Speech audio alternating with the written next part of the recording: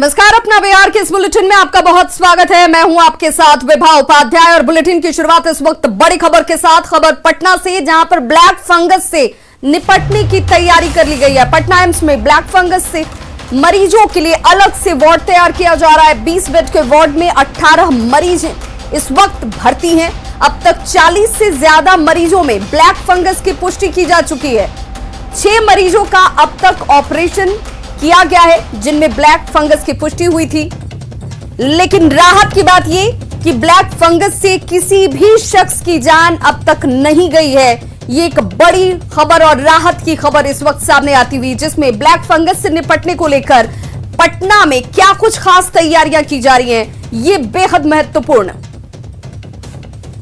और सहयोगी रजनीश हमारे साथ इस वक्त फोन लाइन पर ज्यादा जानकारी के साथ जुड़ गए हैं। रजनीश, इस वक्त ब्लैक फंगस ने लोगों को डरा दिया है, सहमा दिया है। ऐसे में सरकार की तैयारियां सबसे ज्यादा इसे लेकर क्या केंद्रित नजर आती हैं? लोग आश्वस्त हो सके कि सरकार इसे लेकर तैयार है?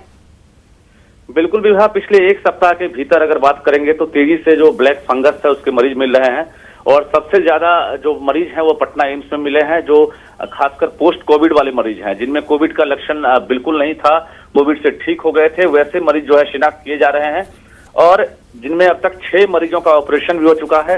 पटना का पारस अस्पताल हो, IJMS या फिर रूबन अस्पताल, वहां पर लगातार मरीज मिल रहे हैं। फिलहाल PMCH में पुष्टि हो गई है। राहत की बात यह है कि अब तक किसी की मौत नहीं हुई है।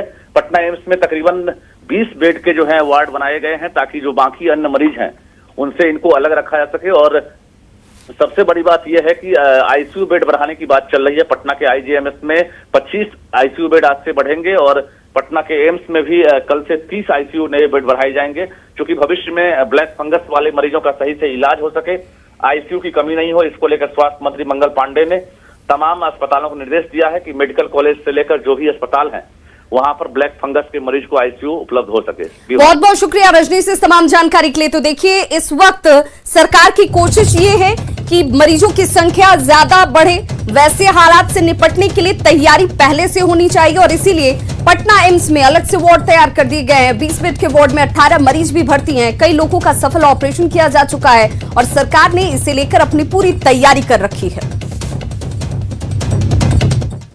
सीतामढ़ी में लॉकडाउन का उल्लंघन कुछ युवक किस तरीके से कर रहे हैं उसकी तस्वीर आप जरूर देख सकते हैं। युवक सड़कों पर घूमने निकल पड़े। जरा इन लोगों को देखिए, ये वो लापरवाह लोग हैं जिन्हें अपनी जान की तो परवाह नहीं है, इन्हें दूसरों से भी फर्क नहीं पड़ता है, लेकिन इन्हें इस बात का अंदाजा नहीं रहा होगा कि सरकार की सख्ती और जिला प्रशासन जो है वो किस कदर मुस्तैद है। पुलिस ने सख्ती दिखाई इन लोगों को, कुछ को बीच सड़क पर उठक बैठक कराई गई तो कुछ को सड़कों पर रेंगने के लिए मजबूर कर दिया गया, तो कुछ सिरफिरे युवकों पर पुलिस ने डंडे भी चटकाए हैं ताकि वे कोरोना को लेकर जारी गाइडलाइंस का सख्ती से पालन करें, सबक सीख सके और ऐसी गलती दोबारा वो न करें और ना ही दूसरे लोगों को ऐसी गलती करने दें। लॉकडाउन को लेकर पुलिस की सख्ती की यह तस्वीर मेजरगंज और बैरगनिया से सामने आई, जहां महामारी को लेकर लापरवाह लोगों को सबक सिखाने के लिए पुलिस ने उनकी खूब खबर ली है और यह बहुत जरूरी भी है। जो तस्वीर इस वक्त आप देख रहे हैं उन सभी लोगों के लिए एक संदेश जैसा है, जो लोग तफरी करने के लिए बेवजह सड़कों पर घूमने के लिए निकल पड़ते हैं और ऐसे लोगों को इस तरह की सजा उठानी पड़ेगी। कोरोना संकट और लॉकडाउन में 4 घंटे की छूट का बाढ़ में लोग किस तरीके से गलत फायदा उठा रहे हैं उसकी तस्वीर जरा देखिए। ये बख्तियारपुर स्टेशन रोड बाजार की तस्वीर इस वक्त आपके सामने है, जहां ये कहना मुश्किल हो जाता है कि कोरोना संकट और लॉकडाउन के बीच क्या इस तरह की तस्वीरें आनी चाहिए क्या? लोग क्या इस बात को समझ नहीं रहे या समझकर भी अनजान बनने की कोशिश है? तो कोरोना ऐसे में किसी आम और खास को नहीं देखता है, जगह नहीं देखता है, किसी इस भीड़ की शक्ल में कोरोना आपके बीच मौजूद होगा, इस बात से इनकार भी नहीं किया जा सकता है। बाजार में भीड़ की ये तस्वीरें जहां पर पैर रखने की इंच भर भी जगह नहीं है, लोग एक दूसरे के साथ धक्का मुक्की करते नजर आते हैं और ऐसे में ही ये कोरोना को आमंत्रण देने के जैसा है। इसी रास्ते से होकर मरीज अस्पताल भी जाते हैं। कोई मरीज अगर इस भीड़ में फंस जाए तो जरा अंदाजा लगाइए कि फिर क्या मुसीबत उसके सामने होगी, जहां एक एक मिनट उसकी जिंदगी को बचाने के लिए महत्वपूर्ण होती है। समस्तीपुर के भी ग्रामीण हाट में लॉकडाउन के नियमों का पालन नहीं किया जा रहा। ये वो ग्रामीण हाट की तस्वीरें हैं जो ग्रामीण इलाकों में लोगों की लापरवाही को बयां करती हैं। हरपुर एलोथ के हाट में लोगों की भीड़ देखिए किस कदर है। ज्यादातर लोग बिना मास्क के ही नजर आ रहे हैं। कुछ लोगों ने यहां पर एक फॉर्मेलिटी सी निभा रखी है, गमछे को लपेटने की मीडिया के कैमरे को देख करके कोशिश करते नजर आते हैं। कुछ इस बात से भी लापरवाह और बेपरवाह नजर आ रहे हैं। सोशल डिस्टेंसिंग तो भूल ही जाइए, यहां पर वो तो बिल्कुल नजर नहीं आती है। जायजा लिया न्यूज़ 18 संवाददाता मुकेश कुमार ने। कोरोना के लगातार संक्रमण को देखते हुए सरकार के द्वारा लॉकडाउन को बढ़ाया गया और लॉकडाउन का ये दूसरा चरण चल रहा है। लेकिन समस्तीपुर के ग्रामीण क्षेत्रों की हम बात करें तो वहाँ पर अभी भी जागरूकता की कमी नज़र आ रही है और जिसका नतीजा है कि जो गांव के हाट हैं उस हाट में सोशल डिस्टेंसिंग साफ तौर पे नहीं देखी जा रही है और कई ऐसे लोग हैं जो मास्क का प्रयोग कर रहे हैं। लेकिन यहाँ पर जो आने वाले लोग हैं, जो खरीदारी करने के लिए जो लोग आते हैं, उनके ऊपर ये चीज़ नहीं दिखाई दे रहा है, वो मास्क का प्रयोग नहीं कर रहे हैं। तो कहीं ना कहीं ये जो जागरूकता है उसकी कमी नज़र आ रही है और ये तमाम तरह की जो बड़े बड़े दावे किए जाते हैं संक्रमण से बचाव के, वो ग्रामीण क्षेत्र में नहीं देखने को मिल रहे हैं। आप तस्वीरों के जरिए देख सकते हैं। ये हरपुर एलोथ का नज़ारा है।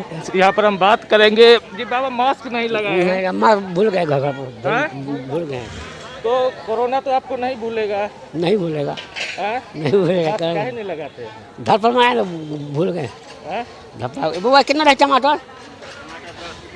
तो लोगों से जब भी सवाल इसको लेकर के किए जाते हैं तो उनका जवाब बहाना के रूप में होता है, घर पर भूल गए। लेकिन जो ये तस्वीर है कहीं ना कहीं कोरोना को दावत देने वाली तस्वीर है, उसे बढ़ावा देने वाली तस्वीर है। तो ऐसे में ज़रूरत है कि ग्रामीण क्षेत्रों में लगने वाले हाट बाजार जो हैं उसको लेकर के जागरूकता फैलाने की, ताकि लोगों में संक्रमण कम से कम फैले। Mukesh Kumar, news 18 network, Samastipur.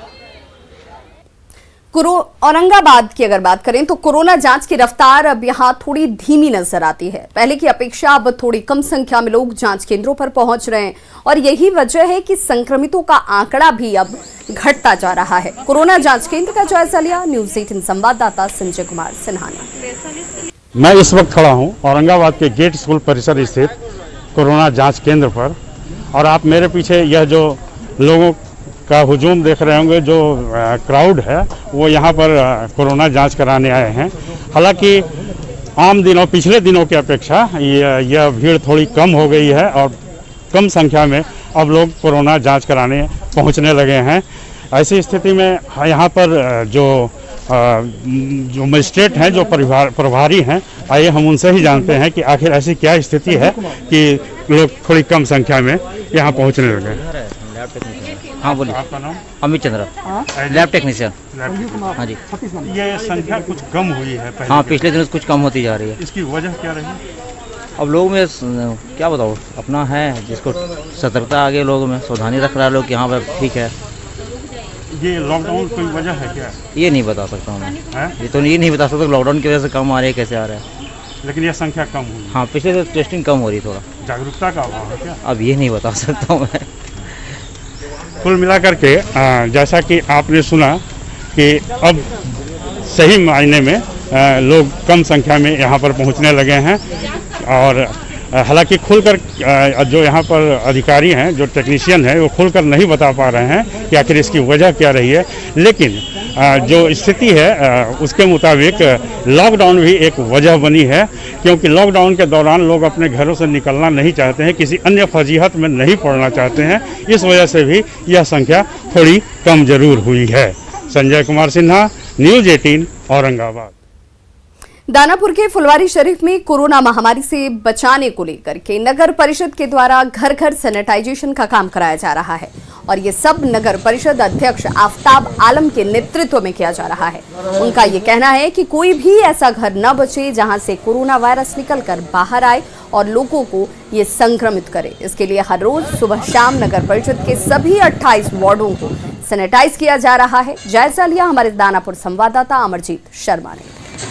हम फुलवाड़ी में मौजूद हैं और यहाँ नगर परिषद के द्वारा घर घर में जो है सैनिटाइजेशन करवाया जा रहा है। आप देख सकते हैं कि हमारे पीछे पीपीई किट पहन करके जो है सैनिटाइज करवाया जा रहा है और चेयरमैन यहाँ के साथ में है। और किस तरह की जो है व्यवस्था की गई है? ये जब पहली बार भी महामारी फैला था कोरोना का, तो उस बार भी हम लोगों ने 28 वार्ड में रेगुलर लगातार जो है छिड़काव कराया था सोडियम हाइपोक्लोराइड का।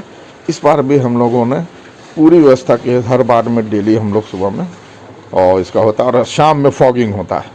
लगातार छिड़काव कराया जा रहा है पूरे हर 28 वार्ड में नगर परिषद। और ये सारा जो है नगर परिषद फुलवाड़ी शरीफ के तरफ से व्यवस्था किया गया है और हर एक घर को जो सेंसिटिव है सारे एरिया को जो है ये सैनिटाइज कर रहे हैं और इसके लिए जो है पूरी तरह से जो है टीम लगी हुई है और कहीं पे भी जो है कोई सुरक्षा में चूक ना हो और कोरोना से बचाने के लिए हर घर को जो है सैनिटाइज किया जा रहा है। सभी मोहल्लों में जाते हैं हम लोग 28 वार्ड पे। 28 वार्ड में जाते हैं जी। हाँ, हर अलग अलग टीम बना हुआ है। तो अलग अलग टीम बना हुआ है और सभी जगह सैनिटाइज करवाया जा रहा है। दानापुर से न्यूज़ 18 के लिए अमरजीत शर्मा। तो महामारी के बीच अगर धरती के भगवान कहे जाने वाले डॉक्टर भी जब संवेदनहीनता पर उतर आए तो फिर आम मरीजों का भगवान ही मालिक है।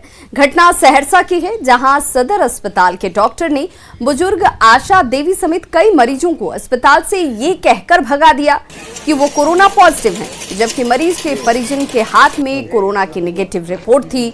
फिर भी डॉक्टर अपने ही अस्पताल की रिपोर्ट को गलत बताकर मरीजों को यहां से भगाते नजर आए और कोविड अस्पताल जाने की सलाह दे दी, जबकि कोविड अस्पताल में नेगेटिव रिपोर्ट वाले की भर्ती नहीं ली जा रही।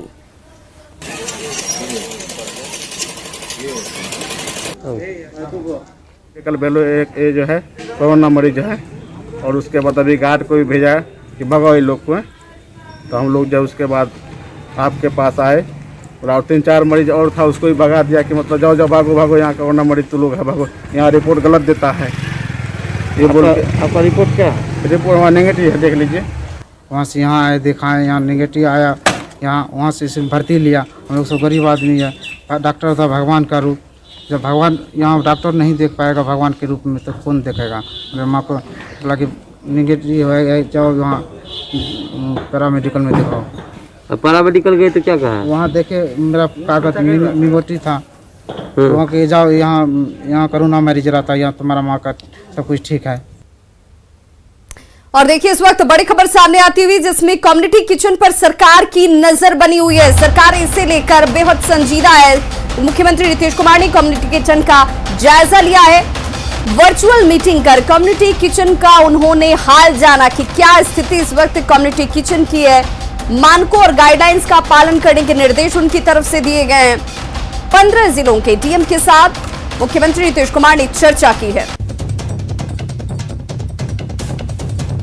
तो मुख्यमंत्री नीतीश कुमार ने कम्युनिटी किचन का जायजा लिया और देखिए इस कम्युनिटी किचन के जरिए लोगों के लिए इंतजाम खाने पीने का किया जा रहा है। कोई गरीब भूखा न रह जाए, बिना खाए उससे सोना ना पड़े, इसे लेकर कम्युनिटी किचन की भूमिका बेहद महत्वपूर्ण है। और ऐसे में मुख्यमंत्री नीतीश कुमार इस पर अपनी नजर बनाकर रखते हुए सभी जिलों के डीएम के साथ उन्होंने वर्चुअली मीटिंग की और जानकारी ली गई कि किस तरीके से क्या मापदंडों का पालन किया जा रहा है या नहीं।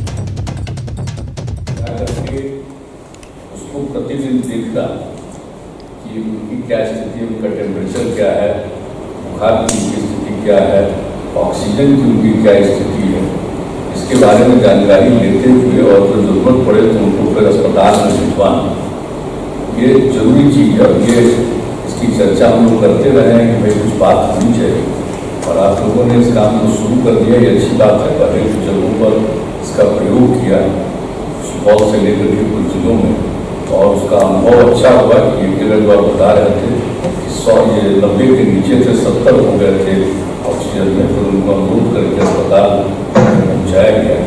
तो ये बहुत अच्छी चीज़ है और ये आवश्यक है, इसको करना चाहिए। और एक ही हमारा सुझाव हमने पहले ही दे दिया कि ऐसे भी एक है चिकित्सक, और जो गांव में तो आप जानते ही हैं कि अनेक प्रकार के लोग हैं जो करते रहते हैं, लोगों का ट्रीटमेंट अभी भी कर रहे हैं। तो उन लोगों की मीटिंग वगैरह बहुत पहले उन लोगों ने किया था, तो एक ट्रेनिंग वगैरह का भी इंतजाम उन लोगों ने करवाया। कोरोना संकट के बीच वैक्सीन को लेकर केंद्र सरकार की आलोचना करने पर गिरफ्तारी का मामला अब तूल पकड़ता जा रहा है। कांग्रेस नेता प्रेमचंद मिश्रा ने इसे लेकर सरकार पर हमला किया है। लोकतांत्रिक अधिकारों और सरकार की आलोचना पर लगातार कुठाराघात हो रहा है पिछले 6 वर्षों से। अब अगर प्रधानमंत्री मोदी जी या केंद्र सरकार की विफलताओं को लेकर पोस्टर निकालें तो वो भी अपराध हो गया है। आलोचनात्मक पोस्टर, नारेबाजी, सरकार की गलत नीतियों का विरोध करना, यह हमारा डेमोक्रेटिक राइट अपने देश के बच्चों के लिए टीका क्यों नहीं बचा कर रखा। अगर यह पूछना और इसके लिए पोस्टर निकालना अपराध है तो यह अपराध हम बार बार करेंगे। मुंगेर में तकनीकी खराबी की वजह से एक हफ्ते से विद्युत शवदाह बंद पड़े हुए हैं और इस वजह से नदी घाट पर लकड़ी से शवों को जलाने की व्यवस्था की गई है, जिससे आम लोगों से कोई पैसे नहीं लिए जा रहे।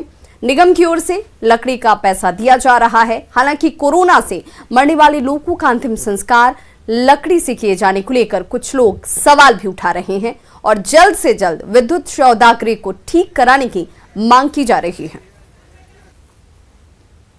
चालू करवाने की आवश्यकता है, चाहे वो किसी के द्वारा भी हो, विधायक हो, सांसद हो, जनप्रतिनिधि जो भी हो, नगर निगम हो। और ये तो सबसे बड़ी, सबसे आज के सबकी सबसे पहली प्राथमिकता है। ओपन में जो खुले में शव जलाए जा रहे हैं उसका कितना बड़ा दुष्प्रभाव वायुमंडल पर और एयर पर पड़ेगा, ये कह पाना बड़ा मुश्किल है। चूँकि हमारा विद्युत शवदाह खराब है तो हम लोग लकड़ी की व्यवस्था किए हैं। लकड़ी से कोविड लाशों को हम लोग कोविड के शवों को जलवा रहे हैं निःशुल्क। उन्हें लकड़ी का पैसा उनको नहीं देना पड़ता है, नगर निगम उसका वहन कर रहा है। तो कहाँ पर शवदाहगिरी में ही या फिर गंगा किनारे? हाँ, गंगा किनारे ना। शवदाहगिरी में तो लकड़ी से नहीं जलाया जा सकता ना, गंगा किनारे ले जाकर लकड़ी से शवों का दाह संस्कार किया जाता है निःशुल्क।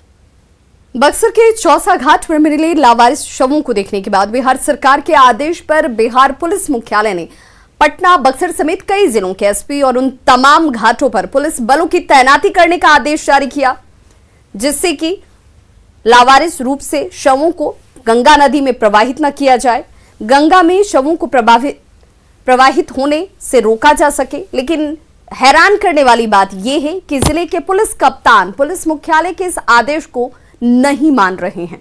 कई घाटों पर अब तक एक भी पुलिसकर्मी की तैनाती नहीं की गई है। पटना के गुलबी घाट का जायजा लिया संवाददाता अमित कुमार ने। पिछले दिनों बक्सर जिला के चौसा घाट और महावीर घाट पे जो लावारिस लाशों का मिलने का सिलसिला जो शुरू हुआ था, उसको लेकर के राज्य सरकार बेहद चिंतित हुई और राज्य सरकार की तरफ से जो आदेश जारी किया गया पुलिस मुख्यालय को, उस आदेश के बाद पुलिस मुख्यालय ने एक पत्र जो है वो गंगा से सटे हुए जितने भी ज़िले हैं वहाँ के पुलिस कप्तानों को जारी किया है और इसके तहत जो है गंगा नदी में शवों का प्रवाहित करने से रोकने के लिए जो है सतत निगरानी रखने की जो है आदेश जारी की गई। पुलिस बल को तैनात करने का निर्देश जो है वो पुलिस मुख्यालय की तरफ से जारी किया गया और ये आदेश जो है बक्सर, भोजपुर, सारण, वैशाली, समस्तीपुर, लखीसराय, मुंगेर, बेगूसराय, खगड़िया, नौगछिया और कटिहार के साथ साथ पटना को भी जारी किया गया। लेकिन हम ये तस्वीर जो आपको दिखा रहे हैं, ये तस्वीर जो है वो गुलबी घाट की है और यहाँ देख सकते हैं कि एक भी पुलिसकर्मी जो है वो नज़र नहीं आ रहा है। शवों का प्रवाहित जो है वो ना किया जाए, इसको लेकर जो आदेश जारी किया गया है पुलिस मुख्यालय की तरफ से, तो उसका खुलेआम यहाँ पे अवहेलना जो है वो देखने को मिल रही है। लोग जो है वो यहाँ पे अपने जो परिवार के सदस्य हैं उनके अंतिम संस्कार के लिए, अंत्येष्टि के लिए आए भी हैं। कुछ लोग जो है ऐसे भी होते हैं जो गंगा में शवों का प्रवाहित वो कर दिया करते हैं हाल में ही एक ऐसी तस्वीर भी जो है इसी गुलवी घाट से सामने आई थी, जब एक शव को जो है वो उनके परिजनों के द्वारा जो है गंगा में प्रवाहित कर दिया गया था और शव को बाद में निकाल के जिला प्रशासन की तरफ से जो है उसकी अंत्येष्टि की गई। और उसी के बाद जो है लगातार जो है वो गंगा में शवों का मिलने का सिलसिला सामने आया, चाहे बक्सर की बात कर ले जाए या इस गुलवी घाट की कर ले या गंगा के जो सटे हुए जो भी घाट है वहाँ पे कई ऐसी तस्वीर सामने हाल के दिनों में आई। और उन्हीं तमाम तस्वीरों को देखने के बाद जो है वो राज्य सरकार ने एक आदेश जारी किया, जिसके तामील करते हुए पुलिस मुख्यालय ने गंगा से सटे हुए, जैसा हमने बताया है कि पटना, भागलपुर, उसके अलावा बात कर ले बक्सर, तो तमाम जिलों को जो है वो गंगा घाटों पर सुरक्षा व्यवस्था तैनात करने का आदेश जारी किया। पुलिसकर्मियों को आदेश जारी किया गया कि आप जो है गंगा के तटों पे जो है वो नज़र बनाए रखें, ताकि कोई भी व्यक्ति जो है अपने किसी भी परिजनों का शव जो है या लवारिस शव जो है वो उसे जो गंगा में प्रवाहित ना करे। क्योंकि देखा गया है कि गंगा में जब शव प्रभावित होते हैं तो उसके कारण से महामारी की भी फैलने की आशंका होती है, और इन्हीं तमाम बातों को ध्यान में रखते हुए आदेश जारी किए गए थे। लेकिन बात पटना की कर ले तो पटना में कई घाट हैं जहाँ पे पुलिसकर्मी जो है वो तैनात हैं। पुलिसकर्मियों की तैनाती कह सकते हैं तो नहीं की गई है, अगर की गई होती तो शायद ये तस्वीर जो हमें देखने को मिल रही है गुलवी घाट पे, जहां एक भी पुलिसकर्मी नजर नहीं आ रहे हैं, वो तस्वीर सामने नहीं होती। कैमरा पर्सन अजय दुबे के साथ अमित कुमार, न्यूज 18 पटना। और लॉकडाउन के बीच दूसरे राज्यों से प्रवासी मजदूरों की घर वापसी का सिलसिला कम हो गया है। गोपालगंज में यूपी सीमा पर बने चेकपोस्ट पर पहले रोजाना सैकड़ों बसें पहुंच रही थीं, लेकिन अब महज कुछ बसें ही यहां आती हैं। जयसलिया संवाददाता मुकेश कुमार ने। कोरोना में जब लॉकडाउन लगा था तब बिहार में दूसरे राज्यों से जो मजदूर थे उनके आने का सिलसिला जो है बदस्तूर जारी था। यहाँ पर सैकड़ों गाड़ियाँ इसी चेकपोस्ट से गुजरती थीं। अभी हम कुचायकोट के बलथरी चेकपोस्ट के पास हैं और यहाँ पर आप देखेंगे कि सिर्फ जो है मालवाहक जो वाहन हैं, जो ट्रक हैं, वही यहाँ से गुजर रहे हैं, लेकिन एक भी यात्री बस यहाँ से नहीं गुजर रही है। जाहिर है कि दूसरे राज्यों से जो बिहार में मजदूरों के आने का सिलसिला वो थमा है, कम हुआ है। और अभी यहाँ पर ट्रांसपोर्ट विभाग के जो यहाँ पर जो मजिस्ट्रेट हैं वो तैनात किए गए हैं। ओवरलोड का फाइन काटा जाता है, मैकेनिकल काटा जाता है, यही सब गाड़ियों का फाइन काटा जाता है। हाँ। और अभी जो कमर्शियल गाड़ियाँ जो यात्री बसें जो थी, हाँ, आ रही है कि नहीं आ रही है? संख्या कम, बहुत संख्या कम हो गई, बहुत कम हो गई लॉकडाउन के। हाँ, पहले ठीक था, वहाँ से चूँकि मजदूर आते थे, अब एकदम नहीं के बराबर आप देख रहे हैं। लेकिन भी गाड़ियाँ नहीं आई। हाँ, अभी तक ना 1000 बसें गई, 1000 बसें जा रही हैं। हाँ, बस। तो जाहिर तौर पर जो कमर्शियल गाड़ियाँ हैं उनका ही फाइन काटा जा रहा है और मैकेनिकल जो चलान है वो काटा जा रहा है। लेकिन अब देखेंगे यहाँ पर जो कमर्शियल बसें हैं वो एक भी बसें नहीं आई, जो यात्री जो है वो यात्री बसें वो नहीं आई। तो पहले जहाँ 100-150 बसें जो गुजरती थी, अब वहाँ पर सिर्फ 3 या 4 बसें ही अब वापस आ रही हैं बिहार में, या मजदूरों को लेकर के आ रही हैं। तो गोपालगंज में जो बिहार में जो मजदूरों का आने का जो सिलसिला है वो कम हुआ है। मुकेश कुमार, न्यूज़ 18 गोपालगंज। गया में नक्सलियों ने सड़क निर्माण के लिए बनाए गए प्लांट पर हमला किया है। घटना चाकंद थाना के पीर बीघा गांव की है, जहां 8 से 10 की संख्या में आए नक्सलियों ने सड़क निर्माण के लिए बनाए गए प्लांट पर हमला कर दिया। लेवी की मांग को लेकर नक्सलियों ने एक जेसीबी मशीन को आग के हवाले कर दिया, जिसकी तस्वीरें आपके सामने इस वक्त टीवी स्क्रीन पर। वहीं कई कर्मचारियों की भी पिटाई की गई है।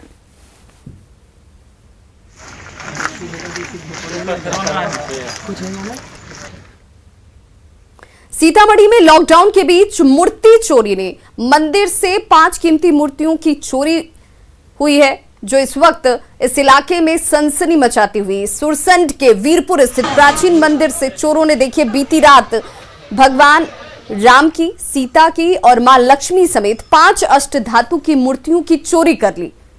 चोरों का पता लगाने के लिए फिलहाल पुलिस की टीम ने जांच पड़ताल शुरू कर दी है।